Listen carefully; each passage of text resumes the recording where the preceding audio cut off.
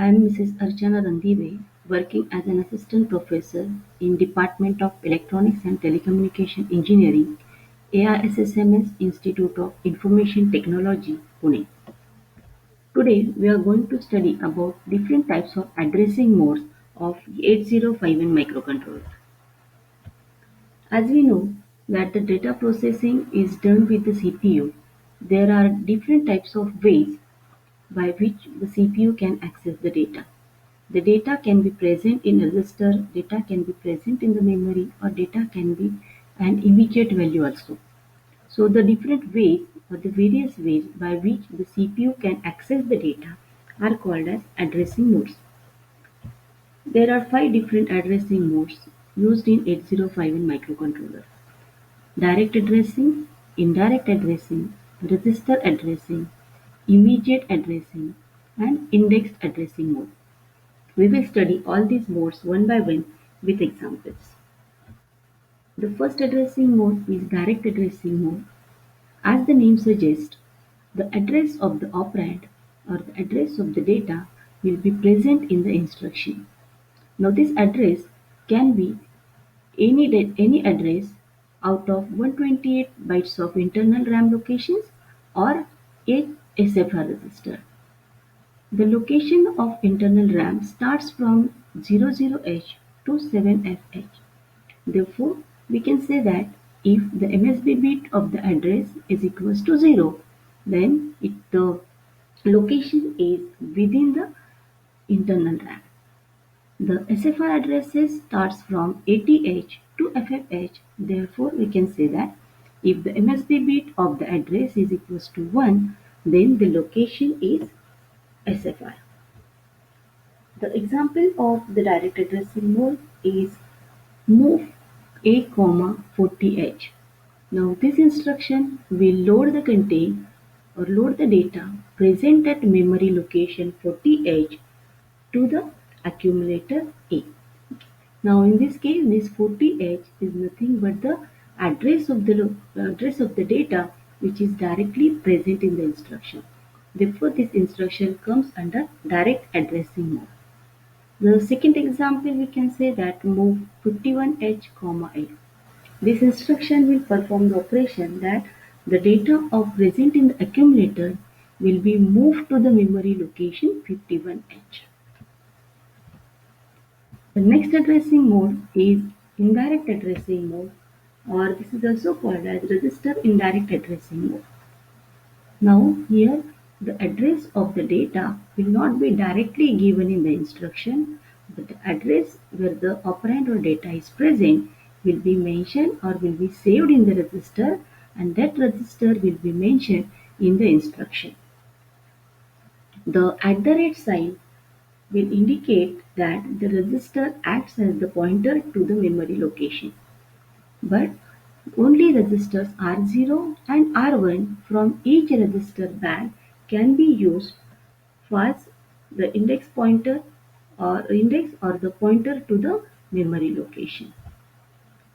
The examples of this addressing mode: move A, @RI. Okay. Now here in this example, this @sign is indicating that this is the example of register indirect addressing mode. Now, very specific example, move A, @R0.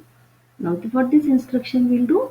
This instruction will move the content of memory location whose address is present in register R0 to the accumulator.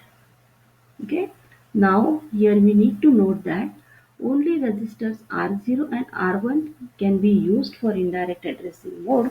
Therefore, move A, @R2 is the invalid instruction in this case. The next addressing mode is register addressing mode. It involves the use of registers to hold the data which is to be manipulated. All the registers from R0 to R7 from all the registers banks can be used in this mode. These registers can be used to store either the data or address. The example of this addressing mode, move A, R7. That is, the contents of register R7 will be moved to accumulator. The another example we can say move A comma R0, which is similar to the previous one. This will move the content present in load register R0 to accumulator. Move R6 comma A, the contents of accumulator will be moved to register R6. Here again we need to note that the data transfer between the registers is not allowed. Therefore, move R5, R2, this type of instruction will be invalid. The next addressing mode is immediate addressing mode. The name suggests that the operand or the data will be directly present in the instruction, and the presence of data will be shown by the hash sign. This is the simplest method to get the data. For example, move A, hash 30H. That is, the data 30H will be directly loaded in accumulator A. The another example we can say move dptr, hash 1234H. Now dptr is the 16-bit register. It can be accessible as two separate 8-bit registers, dpl, that is data pointer lower byte, and dph, data pointer higher byte.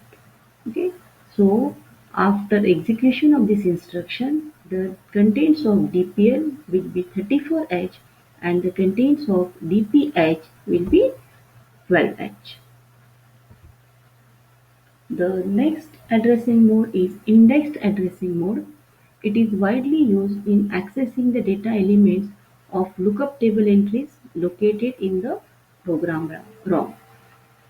The instructions used for this purpose is move-c, @a plus dptr, or move-c, a plus pc.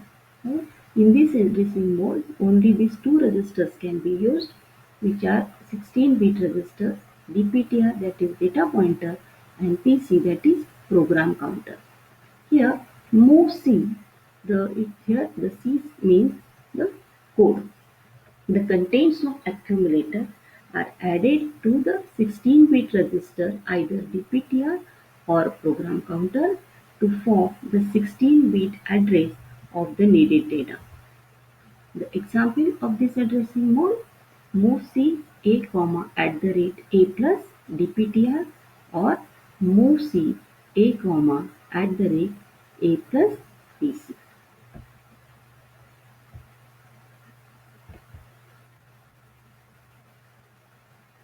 For preparing the slides, I have referred this material.